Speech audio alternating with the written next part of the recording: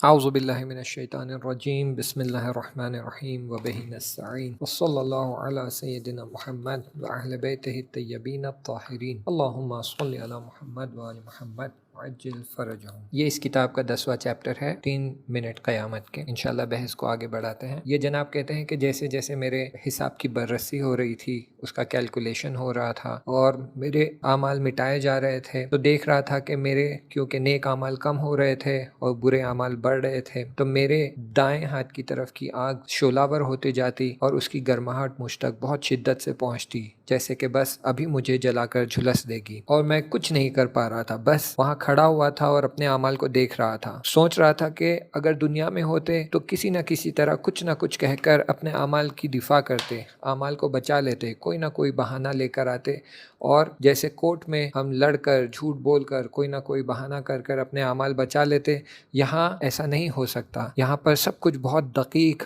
اور بہت carefully analyse کیا جا رہا تھا، تو یہاں کچھ کہا نہیں جا سکتا تھا، کیونکہ نہ صرف تمہارے اعمال دکھائے جا رہے تھے بلکہ تمہاری نیتوں کا بھی کیلکولیشن کیا جا رہا تھا، بلکہ تمہاری نیتوں کو بھی دیکھا جا رہا تھا کہ اعمال تو انجام دیا، لیکن کس لیے؟ یا خدا کی خوشنودی کے لیے، یا ریا کرنے کے لیے، یا دوسروں کو خوش کرنے کے لیے؟ تو بس مجھے ایسے لگ رہا تھا جیسے میں ایک بکرا، ایک گوسفند کی طرح وہاں کھڑا ہوا ہوں اور اپنے نام اعمال کو دیکھ رہا ہوں، اور میرے نام اعمال کا حساب کتاب کیا جا رہا ہے، میرے اچھے اعمال کا حساب کتاب کیا جا رہا ہے، برے اعمال کا حساب کتاب کیا جا رہا ہے۔ جو اچھے اعمال جس میں تھوڑا بھی نقص ہو، جو میں نے صرف خالصانہ خدا کے لیے انجام نہیں دیا، وہ مٹ جاتے اور برے اعمال ابھر کر آ جاتے، اور کوئی عمل، نیک عمل جو میں نے اچھے سے خدا کی خوشنودی کے لیے انجام دیا، وہ باعث بنتا کہ کچھ میرے برے اعمال حذف ہو جاتے۔ اور جیسے جیسے برے اعمال کی تعداد بڑھ رہی تھی، گرمی بڑھتی جا رہی تھی، آنکھ کی گرمی بڑھتی جا رہی تھی،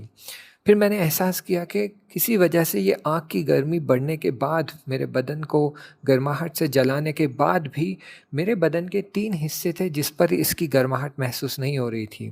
میرے ہاتھ، میرا چہرہ اور میرا سینہ۔ فوراً اس بات کے جواب کی طرف متوجہ ہو گیا، میں سمجھ گیا کہ کیوں میرا سینہ، میری صورت اور میرے ہاتھ نہیں جل رہے تھے۔ بچپن سے میں میرے والد کے ساتھ عزاداری میں جایا کرتا تھا، مجلسوں میں جایا کرتا تھا، ماتم میں جایا کرتا تھا، اور دیکھتا تھا کہ میرے بابا جان جب بھی وہ امام حسین پر اشک بہاتے تو وہ اشک اپنی صورت پر اور اپنے سینے پر مل لیتے، اور ہم ان سے پوچھتے کہ بابا جان آپ ایسا کیوں کرتے ہیں؟ تو وہ کہتے تھے بیٹا ابھی تم نہیں سمجھ پاؤ گے، روز قیامت جب حساب کتاب ہوگا تب تمہیں سمجھ آئے گا کہ ان اشکوں کی عظمت اور ارزش کیا ہے، ان اشکوں کی اہمیت اور ان کی ویلیو کیا ہے۔ تو ہم چپ چاپ اپنے بابا کو دیکھتے تھے، اور جیسے جیسے بڑے ہوتے گئے ویسے ہم نے بھی ہمارے بابا کی عادت کو اپنا لیا کہ جب بھی ہم امام حسین پر آنسو بہاتے تو یہ آنسوؤں کو اپنے چہرے پر اور اپنے سینے پر مل لیتے۔ اور آج مجھے میرے بابا کی بات سمجھ آ رہی ہے کہ کیوں انہوں نے اپنے چہرے پر اور سینے پر یہ آنسو ملے تھے، اور ان آنسوؤں کا اثر مجھے آج دکھائی دے رہا ہے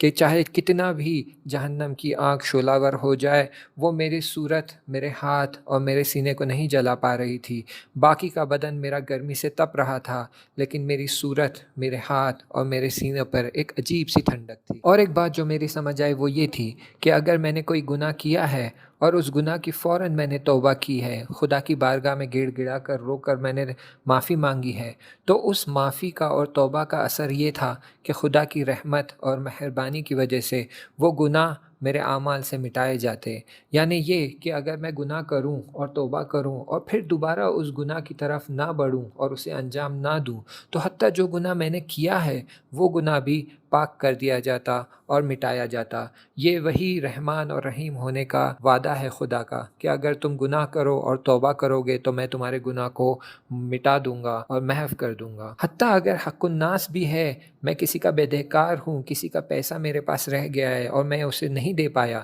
تو اگر میں جو شخص ہے اسے نہیں جانتا یا اسے نہیں ڈھونڈ پایا، تو کسی بہانے رد مظالم دینے کے بہانے اگر میں نے میرے مرجع کے دفتر میں رد مظالم دے دیے اور حاکم شرع تک میں نے یہ رد مظالم پہنچا دیے، تو حتیٰ حق الناس بھی میری کتاب سے مٹا دیا گیا اور پاک کر دیا گیا۔ اور اگر کہیں ایسا ہو جائے کہ ایک چھوٹا بچہ بھی ہم سے طلبکار رہے، یعنی ہماری گردن پہ اس کا ادھار رہے اور اس نے ہمیں حلال نہیں کیا، تو پھر اس وادی میں صبر کرنا ہوگا، رکے رہنا ہوگا جب تک کہ وہ اس وادی میں نہیں آتا اور ہمیں حلال نہیں کرتا، ہمیں معاف نہیں کرتا، یا پھر ہمارے اس ادھار کے بدلے کچھ ہمارے اعمال نہیں لے جاتا، جب تک ہمارا حساب کلیئر نہیں ہوتا۔ اچھا، آپ حضرات کی خدمت میں یہ بیان کر دوں کہ اگر آپ رد مظالم کے بارے میں نہیں جانتے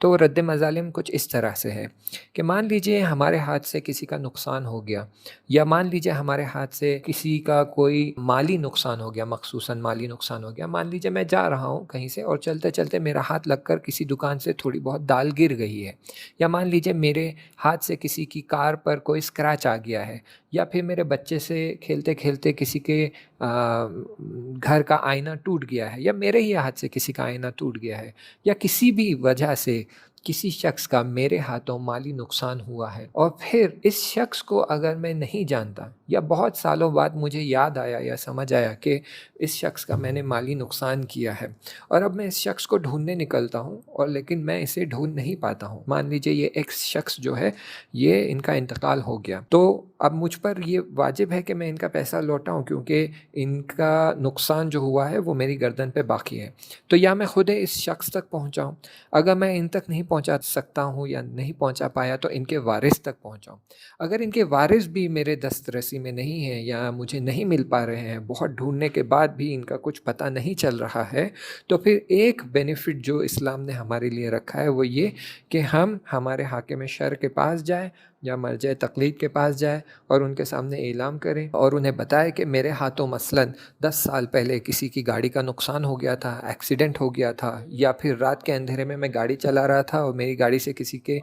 پارکنگ کی ہوئی گاڑی کا ایکسیڈنٹ ہو گیا اور میں بنا بتائے وہاں سے نکل گیا، تو یہ پیسہ میری گردن پہ مثلاً باقی ہے، تو اب میں اسے پھٹانا چاہتا ہوں، اسے دینا چاہتا ہوں اور یہ میری گردن سے ساقط کرنا چاہتا ہوں، تو پھر وہ پیسہ آپ کو ان کے دفتر میں دینا پڑے گا۔ یا تو وہ خود حساب کر کے بتائیں گے، یا پھر اگر آپ کو پتہ ہے کہ کتنا ہوا ہے تو یہ آپ کو ان کے دفتر میں دینا پڑے گا۔ اس مال کو جو آپ دیتے ہیں دفتر میں، اسے کہتے ہیں رد مظالم، یعنی آپ کے ہاتھوں جس شخص کے حق میں ظلم ہوا ہے اس کو رد کرنے کے لیے، اس کو بیلنس کرنے کے لیے، اس کو نلیفائی کرنے کے لیے آپ کچھ مبلغ، کچھ پیسہ اپنے مرجع کے دفتر میں دیتے ہیں، اور اسے کہتے ہیں رد مظالم۔ تو وہ کہتے ہیں کہ یہ جناب کہتے ہیں کہ اگر کسی کے حق میں کچھ پیسہ باقی رہ گیا ہے یا کسی حق الناس ہمارے گردن پہ رہ گیا ہے تو خدا نے رحمت کا دروازہ اس طرح کھولا ہے ہمارے لیے کہ ہم مرجع کی آفس میں جا کے رد مظالم پے کریں اور یہ حق ہماری گردن سے ساقط ہو جائے گا۔ تو یہ جناب کہتے ہیں کہ جہاں میں